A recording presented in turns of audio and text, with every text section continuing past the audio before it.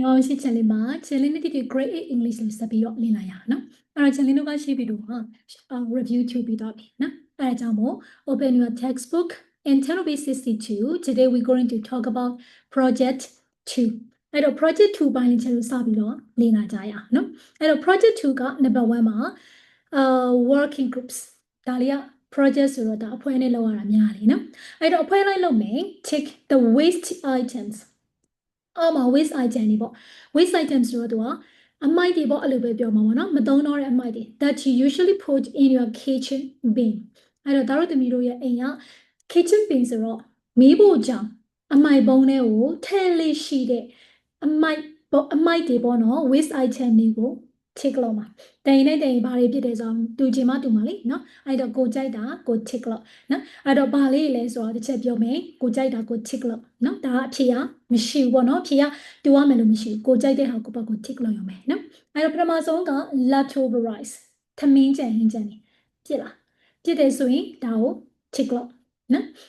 နောက် broken mirror မှန်ကွဲစာတွေပါညာနောက် broken cookers နော်သမင်းပေါင်းအစုပ်တွေပါညာပေါ့နော် used paper စာရွက်တွေပါညာတွေပေါ့ tissue dummy CD ချက်မကောင်းတာတွေ broken spoon ဇုံးမကောင်းတာတွေကျိုးနေတဲ့ဟာမျိုးတွေနောက် broken glassware ဖန်နဲ့လောက်ထားတဲ့ဖန်တဲ့ပစ္စည်းတွေပကံတွေလည်းဖြစ်မဲ့စားသက်ဖြစ်ပေါ့နော်နောက် plastic bags နောက် broken glass bottles ပလင်းကွဲတွေနောက် plastic containers plastic နဲ့လောက်ထားတဲ့ထည့်စရာခွက်တွေဒါမျိုးပေါ့နော်နောက် vegetable waste တွေနော်အသီးရွက်အမိုက်တွေပေါ့ fish bones ငါးရိုးတွေ electric kettles နောက်လျှက်စစ်ရင်တွေအိုးလိုဟာမျိုးတွေပေါ့နော်နောက် tins နော်တန်တွေပါညာပေါ့နော်နောက်ပြီးတော့ used battery အဟောင်းတွေ cardboard boxes ကတ်ထူတွေနောက် plastic bottles တွေဘာတွေပြစ်လဲကိုယ့်အကို tick လောက်လိုက်ရပြီ number 1 ရ number 2က A groups အဲ့တော့ဒီဟာလေးကသူကအဖွဲလိုက်ရှိရင်အဖွဲလိုက်တူတူပေါ့ဟာငါတို့ဒါပြစ်တယ်ငါတို့ဒါပြစ်တယ်ဒီလိုလေးလောက်ရမှာပေါ့တယောက်တည်းလေးလောက်လို့ရကိုကြိုက်တာကိုပေါ့ကို tick လောက်လိုက်ရပြီ okay အဲ့တော့ number 1လေးပြီးတော့ပြီပဲထားလိုက်တော့ number 2ကစောလိုပဲအဖွဲလိုက်လောက်ရမှာနော်အဖွဲလိုက် in groups put the waste item in exercise 1 in the correct bin အဲ့တော့ exercise 1ကအမိုက်တွေပေါ့ waste bin တွေကိုသက်ဆိုင်ရာအမိုက်ပုံးတွေကိုထည့်မှာအဲ့တော့တို့သမီးတို့ဒီမှာချစ်ထားတဲ့အဖြေပေါ်မူတည်ပြီးတော့ဘယ်အမိုက်ပုံးတွေကိုထည့်မှာလဲအဲ့ဒါကိုတငယ်ချင်းတွေအဖွဲလိုက်လောက်ထားရင်အဖွဲလိုက်တူတူပြန်ထည့်ကြမှာအမိုက်ထည့်ကြမှာတယောက်တည်းဆိုလည်းတယောက်တည်းထည့်လို့ရတယ်နော်အဲ့တော့သူကဒီမှာအမိုက်ပုံးလေး6ပုံပေးထားတယ် paper ကဲပြီးတို့သမီးတို့က use paper ကိုချစ်ထားရင်ဒီ use paper က paper ဆိုတဲ့အမိုက်ပုံးတွေကိုပြစ်မှာအဲ့ဒါကိုဒီပုံမှာဒီလိုလေးရေးမှာအဲ့ဒါကိုပြောချင်တာနော်နောက် plastic နဲ့ပတ်သက်တဲ့တစ်ခုခုချစ်ထားရင် plastic အမိုက်ပုံးတွေကိုဥပမာပေါ့ plastic bag ဆိုရင်ဒီမှာ plastic bags လို့ရေးရမှာပေါ့နော်နောက် glass pan နဲ့ပတ်သက်တဲ့ဟာတွေ organic ကကျလို့ဒီလို vegetable waste လို့ဟာမျိုးတွေပေါ့နော်ငါးရိုးတွေပါညာဒါမျိုးတွေပေါ့နော်အဲ့ဒါလေးတို့ကျလို့ဒီမှာထည့်ကြမှာပေါ့နော်အဲ့တော့ဒီဟာက number 2ကသူက put the waste item set in the correct bin ဆိုတော့သူကလေဒီမှာပေါ့နော်ဒီမှာအမှတ်ချစ်ထားတဲ့ဟာကိုပဲသူကထည့်ရမှာတော့မဟုတ်ဘူး sorry ဒီချက်မှာပါလို့ဒီအမိုက်တွေအကုန်လုံးထည့်မှာနော်ဘာလို့ဆိုတော့ဒီမှာ1 2 3 4 5 6ခု18ခုပေးထားတယ်အမိုက်ဘောကလည်း6ပေါ်ကော့လက်ကလည်း3ခုဆိုတော့18ခုပဲအဲ့တော့သူကအမှတ်ချစ်ထားတဲ့ဟာကိုပဲပြည့်ရမှာမဟုတ်အကုန်လုံးပြည့်ရမှာနော်သက်ဆိုင်ရာခွဲရမှာဒါဆိုဒီ channel တူတူခွဲကြမယ်နော်အဲ့တော့ leftover rice သမင်းကြံဟင်းကြံနေဆိုတော့ကျတို့ဒါတွေက organic တွေကိုသွားမှာဒီမှာ leftover rice လို့ရေးပေါ့နော်အဲ့တော့နောက် matter အကြောင်းလေးထပ်ပြောပါမယ်နော် matter ဆိုတော့တန်ချေပစ္စည်းတွေကိုပြောတာ e-waste ကကြတော့လျှက်စစ်နဲ့ပတ်သက်တဲ့အမိုက်တွေကိုပြောတာနော်ဒါဆိုတခါလေးပြောလိုက်တော့မယ်ချက်ဒီထဲမှာထည့်မရေးပြီးတော့နော်တခါလေးပြောလိုက်ကြမယ်အဲ့တော့ leftover rice က organic ပေါ့ broken mirror က glass ပေါ့နော်now broken cookers ဒါသမင်းပေါင်းအိုးတွေပါညာဆိုတော့ e-waste use paper ပေါ့ tissue ကလည်း paper လေးပဲသွားမယ် dummy CD ချက်အစုပ်တွေအဟောင်းတွေဆိုတော့ e-waste နော် now broken spoon အဲ့တော့ spoon ဆိုတော့ဒါဇွန်းဆိုတော့သူကဇွန်းတွေက metal နဲ့လောက်တာတချို့နဲ့လောက်တာလေနော်အဲ့ဒါကြောင့်မို့သူ metal နဲ့တော့ထည့်မယ်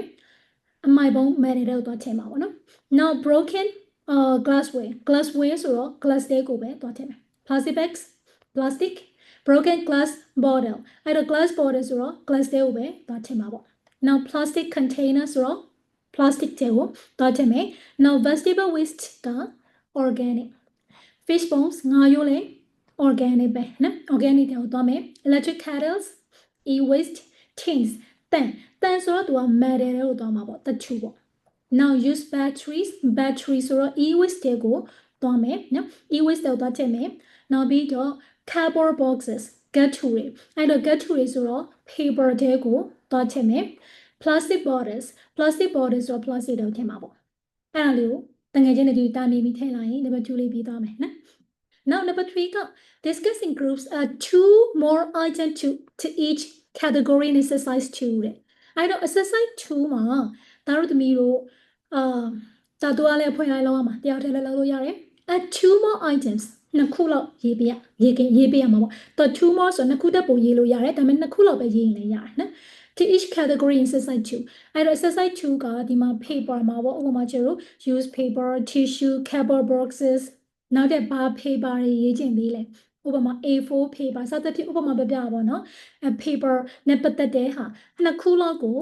အနည်းဆုံးနှစ်ခုပေါ့နှစ်ခုတက်ပို့ရေးလည်းရတယ်အဖွဲလိုက်တိုင်နေပြီးတော့နှစ်ခုလောက်အမှိုက်လေးပေါ့နှစ်ခုစဉ်းစားအဲ့လိုပဲ plastic တွေကော glass organic matter e-waste တွေကောစဉ်းစားပေးအောင်ပဲဖွဲလိုက်စဉ်းစားလိုက်ရတယ်တယောက်ချင်းစဉ်းစားလိုက်ရတယ်ကိုကြိုက်တဲ့ waste အမှိုက်တွေပေါ့အဲ့ဒါလေးတို့ဒီအောက်လေးမှာကတ်ရေးလိုက်ရတယ်ရေးတဲ့ဆောင်းတွေမှာထည့်ရေးလိုက်ရတယ်နှစ်ခုလောက်စီထည့်ရေးလိုက်ရင် number 3ကပြီးသွားရော number 3ပြီးဝင်ချင် number 4က in groups study the following tips and make a waste management plan what you can reduce reuse and recycle and how အဲ့တော့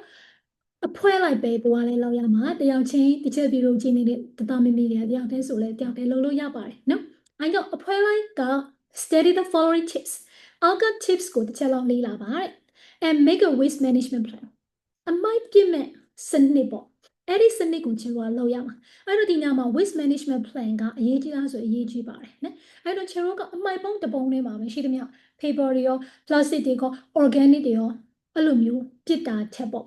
စစောအပေါ်မှာ number 2မှာလောက်ရတယ်လို့ဘယ်မိုက်ဆိုရင်ဘယ်ပုံးထဲမှာပြစ်မယ်ဘယ်မိုက်ဆိုဘယ်ပုံးထဲမှာပြစ်မယ်အဲ့လိုမျိုးစနစ်တကျ waste management plan အစီအစဉ်တခြားနဲ့အမိုက်ကိုပြစ်တဲ့အခါမှာပြန်သုံးလို့ရတဲ့ဟာဆိုပြန်သုံးလို့ရတယ် recycle လုပ်ကြမျိုးဒါမျိုးတွေလုပ်လို့ရတယ်နော်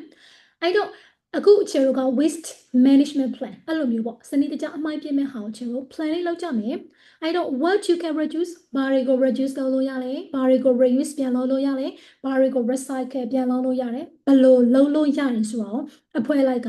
အောက်က tips လေးတွေကိုလေ့လာပြီးတော့တိုင်နေရမှာအဲ့တော့အောက်က tips ကိုအရင်လေ့လာကြည့်အောင် 3Rs ပေးထားတယ်နော် 3Rs ကဘာကြီးလဲရှင်းမလေးတင်ထားပြီးသား reduce reuse recycle ကိုပြောတာအဲ့တော့ what to reduce အဲ့တော့ဘာတွေကို reduce လုပ်လို့ရလဲဘာတွေကို short ချလို့ရလဲ tissue သုံးတာတွေ disposable cups တခါသုံးခွက်တွေ place ပကံများတွေနော်တခါသုံးပကံများတွေနောက် over package item အလွန်ကျွံထုတ်ပို့ထားတဲ့ပစ္စည်းတွေဘယ်လိုမျိုးလဲဆိုဥပမာကနေကြစည်းထုတ်ပေါ့နေကြစည်းထုတ်ဆိုရင်ကျတို့ဝယ်လိုက်တယ်မလားပေါ်စကူနဲ့ထုတ်ထားတယ်ပေါ့အဲ့ဒါကိုဖျဲလိုက်ရင်ထဲကနေ plastic နဲ့ထုတ်ထားတယ်အဲ့ plastic ကိုမှနောက်ဥပမာပြပြပါနော်လိုအပ်တာတဲ့အဲ့လိုမျိုးပို့ထုတ်ထားတဲ့ items တွေကို over package items လို့ခေါ်တယ်နော်အဲ့တော့အဲ့လိုမျိုးတွေကျတော့ short ချရမယ် plastic bags တွေ short ချရမယ် aluminium foil အဲ့တော့ aluminium foil ဆိုတာကဟိုပေါ့ငါးကင်တဲ့အခါမှာသုံးတဲ့เนาะအဲ့တထုအပြားလေးเนาะငွေရောင်လေးအဲ့ဒါကို aluminium foil လို့ခေါ်တယ်နော်အဲ့ဒါတွေကျတော့ short ချရမယ်နောက်ပြီးတော့ styrofoam boxes လို့ခေါ်တယ်ဖော်ဘူးတွေဓာတ်မောင်းထဲတဲ့ဘူးလိုမျိုးဖော်ဘူးတွေကိုကျတို့ short ချရမယ်ဒါကိုအရင်ဆုံးကျတို့ခုလေ့လာမယ်နော်နောက်တစ်ခုက what to reuse ဘာတွေကို reuse လုပ်လို့ရတယ် plastic containers တွေ reuse လုပ်လို့ရတယ်ပြန်သုံးလို့ရတယ်เนาะ plastic ဘူးတွေပေါ့နောက် pickle bottles တွေเนาะ pickle bottles တွေကိုကျတို့ပြန်ပြီး reuse လုပ်လို့ရမယ် pickle bottles ကဟိုလိုမျိုးပေါ့ဖန်ဘူးတွေပေါ့နော်ရှောက်တို့ရှောက်သီးစေးပြားတွေပေါ့ဝယ်တဲ့အခါထည့်ပြီးတဲ့ဖန်ဘူးမျိုးတွေနောက် Ovaltine လို့ဖန်ဘူးမျိုးအဲ့ဒါမျိုးတွေပေါ့နော် pickle bottles တွေကိုကျတော့ reuse ပြန်လုပ်လို့ရတယ်ပြန်သုံးလို့ရတယ် cardboard boxes တွေ cut to တွေ wrapping papers တွေနော် ဟိုလိုမျိုးမွေးနေ့တွေပါရင်မင်္ဂလာဆောင်နေမှာလေအပေါ်ကနေထုတ်ပိုးတဲ့အယောင်လှလှ plastic အရွက်လေးတွေလေနော်လက်နဲ့အဲ့ဒါလေးတွေ wrapping papers တွေပြန်သုံးလို့ရတယ် chocolate boxes တွေ chocolate ဘူးတွေ glass pan တွေ pan ကွက်နော် pan ကွက်တော့ဖြစ်တဲ့ pan ပစ္စည်းတွေပေါ့ old clothes အဝတ်စားအဟောင်းတွေ cloth bags ပြီးတော့အဝတ်နဲ့လုံထားတဲ့အိတ်တွေပေါ့ဒါတွေပြန်သုံးလို့ရတယ်So what you recycle ဘာတွေကို recycle လုပ်လို့ရလဲ recycle လုပ်မှာ old newspapers တွေသတင်းစာအဟောင်းတွေ bodies တွေ tin pan တွေ magazine တွေ exercise books တွေ garden waste ဆိုတော့ကျတို့ကျတို့ချန်ပန်းချန်တွေတန်းထွက်တဲ့အမိုက်တွေဆို recycle ပြန်လုပ်လို့ရတယ်နော်အဲ့တော့ဒါတွေကိုအခုကျတို့ကလေ့လာပြီးသွားပြီဆိုကျတို့က waste management plan တွေတခုလုပ်ကြမယ်ငါတို့ဘယ်ဟာကိုတော့ reduce လုပ်မယ်ဘယ်ဟာကို reuse လုပ်မယ်ဘယ်ဟာကို recycle လုပ်မယ်ဘယ်လိုလုပ်ကြမလဲအဲ့ဒါကိုတငယ်ချင်းတွေကအခုဒီဟာကိုလေ့လာပြီးတော့တိုင်ပင်ကြမယ်ဟေးဟုတ်ပြီတငယ်ချင်းငါတို့ဘာကို recycle လုပ်ကြမယ်ဘာကို reuse လုပ်ကြမယ်ဘာကိုreduce လုပ်ကြမယ်တိုင်ပင်ကြပစ္စည်းလေးတွေနဲ့ပေါ့ငါတော့ဒီတစ်ခါ plastic bags တွေကိုငါတော့ reduce လုပ်ချင်တယ်တယောက်သေးလဲကိုယ့်ဘက်ကိုစဉ်းစားလို့ရတယ်ငါတော့ reuse ကတော့ငါတို့အိမ်မှာတော့ pickle bottles တွေကို reuse ပြန်လုပ်တဲ့တကယ်ချင်းဒါမျိုးပေါ့နော် recycle ဆိုလဲပါ recycle လုပ်တယ်ပေါ့တိုင်မိမယ်ပြီးတော့ပြီ number 4တိုင်မိတဲ့ထိရဒီလောက်ပဲနော်ဟုတ်ပြီ number 5က look at the sample poster ဒီမှာသူနမူနာလောက်ပြထားတယ်နမူနာ sample poster ကိုကြည့်ပြီးတော့ create a poster of your group's waste management plan ဆိုတော့တို့သမီးတို့တိုင်ပင်ထားတဲ့အဲ့ဒီ waste management plan နဲ့ပတ်သက်တဲ့ကိုယ့်အဖွဲ့ရဲ့ poster လေးကိုဒါမျိုးလေးလောက်ရမှာဟုတ်ပြီနော်အဲ့တော့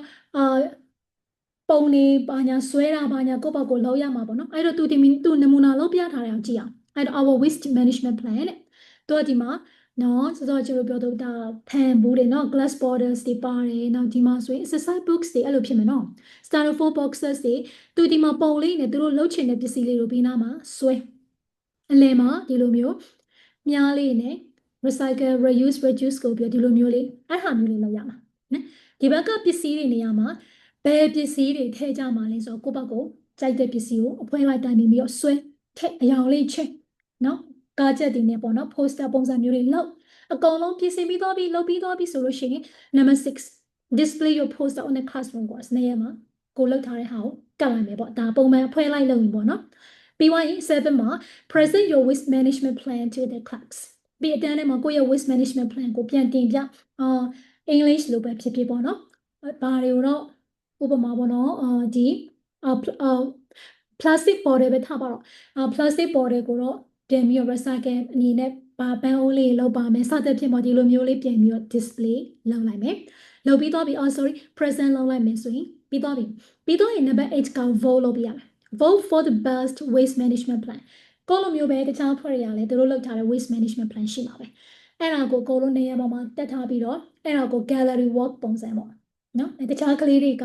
တူပေါ့ကြည့်ပြီးတော့လိုက်ကြည့်ပြီးဒီဖွဲ့ကတော့သူတို့လောက်ထားလေးပိုကောင်းတယ်အမှတ်ပေးပေါ့နော်အမှတ်ပေးတဲ့ဟာပုံစံမျိုးလေး sticker ကတ်တာမျိုးလေးနဲ့လုံးလို့ရတယ် sticker အများဆုံးရတဲ့သူအမှတ်အများဆုံးရတဲ့သူက winner အဲ့ဖွဲ့ရ winner ပေါ့ဒါဆိုရင်အဲ့ winner ဖွဲ့လေးကဒါစုလေးပေါ့နောက်စာအုပ်လေးဖြစ်ပါလိမ့်ပြအဲ့လိုမျိုးလေးအမှတ်တရလေးလုပ်ပေးလို့ရတယ်ကိုကတယောက်တည်းဒီချက်တင်ငယ်စာအုပ်လေးလာနေရတယ်ဆိုလို့ရှိရင်လေကိုယ့်ဘက်ကိုလုပ်ပြီးအိမ်မှာကတ်ထားလိုက်လေရတာပဲနော်ဒါနောက်ဆုံးချိန်လေးတစ်ခုပေါ့နော်အဲ့တော့ဒါလေးကတော့ခြေလို့လောက်ရမယ်